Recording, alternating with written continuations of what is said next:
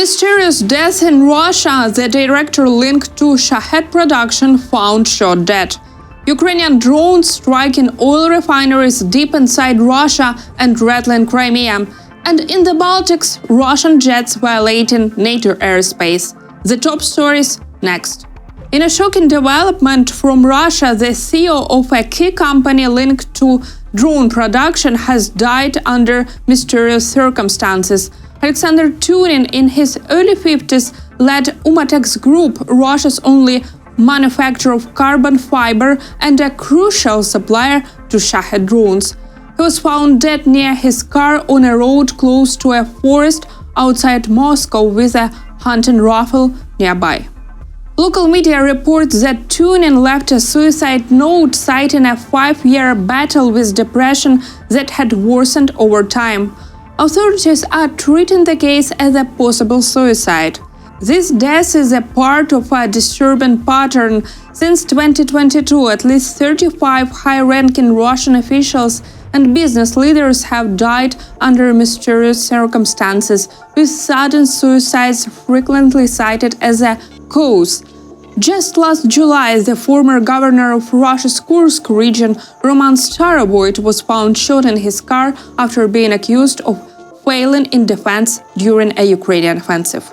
Ukrainian drones have struck deep inside Russia again.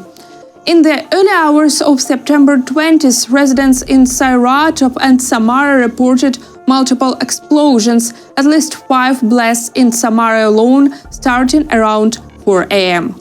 Eyewitness said flashes lit up the sky as Russia's air defenses tried to intercept the drones. Russia's authorities suggest that key oil refineries may have been targeted, specifically the Saratov and Novokuybashevsk refineries.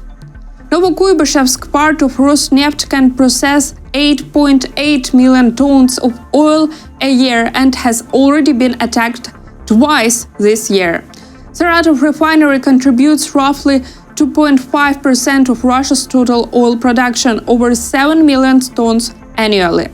Explosions and a major fire had been confirmed near the targets, though the full extent of the damage is still being assessed. The General Staff of Ukraine has already confirmed the operation.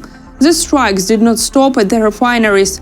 Ukrainian special forces reportedly hit a critical transport hub, the Samara liner production and dispatch station, where high and low sulfur crude is blended for export, forming up to 50% of Russia's Ural oil exporter. Meanwhile, in Volgograd, residents reported nearly a dozen explosions. Russia's air defenses were again reported active, trying to intercept incoming drones. The attacks didn't stop in Russia. Ukrainian drones strike again in occupied Crimea on the evening of September 19th. Explosions were reported near Yevpatoria and drones were spotted moving toward Simferopol airport. Several regions, including Saki, Novofedorov, Feodosia and Kerch, reported air raid alerts as Russian air defenses scrambled to intercept the drones. Even the Crimean bridge was reportedly under threat from approaching Ukrainian drones. According to Russian officials, from 9 p.m. to 11 p.m. Moscow time, 6 Ukrainian drones were shot down, 5 over Crimea and 1 over Rostov region. The following morning, the Russian Defense Ministry reported 12 drones were shot down over Crimea and 15 over the Black Sea, though the total number of drones launched remains unclear.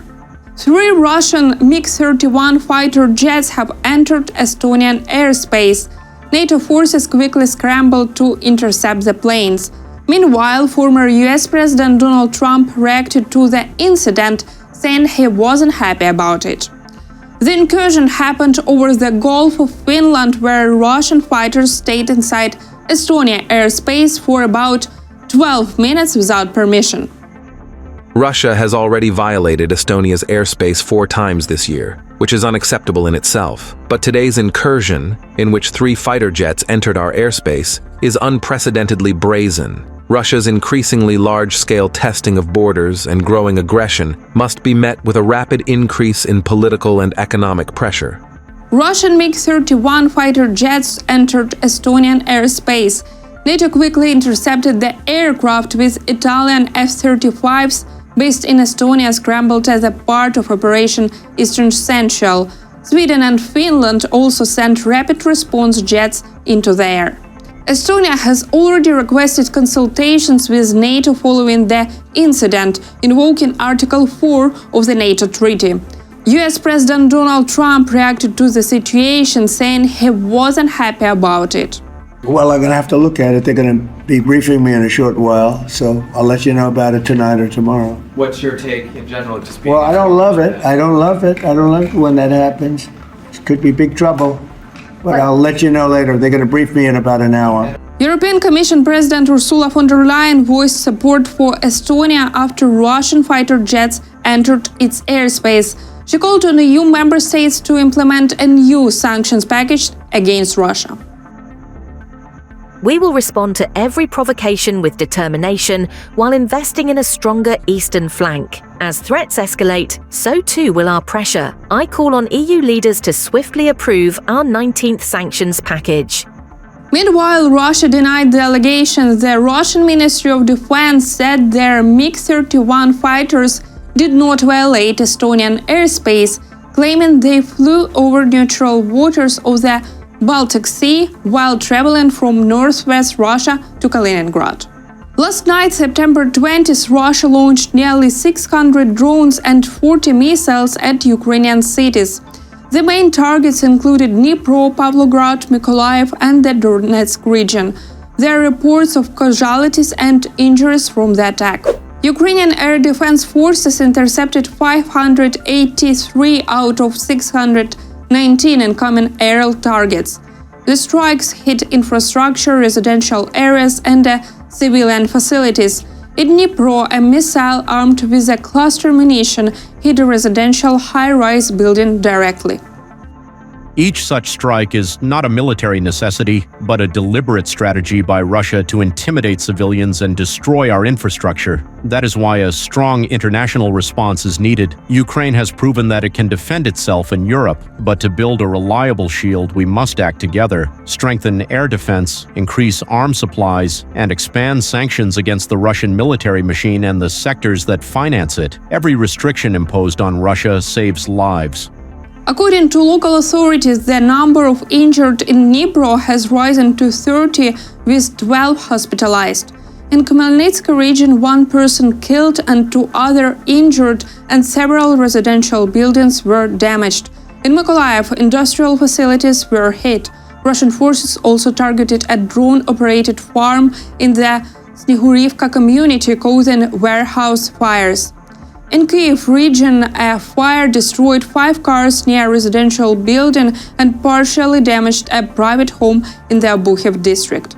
In Odessa region, a farm warehouse caught fire, destroying equipment and storage buildings. Last night, Poland scrambled its air forces again in response to a combined Russian attack on Ukraine, according to the Polish armed forces. Officials said the actions were preventive, aimed at securing Polish airspace in areas near the threat zone. That's it for now. For the latest news, follow our new X account, War in Politics 24. The link is in the video description.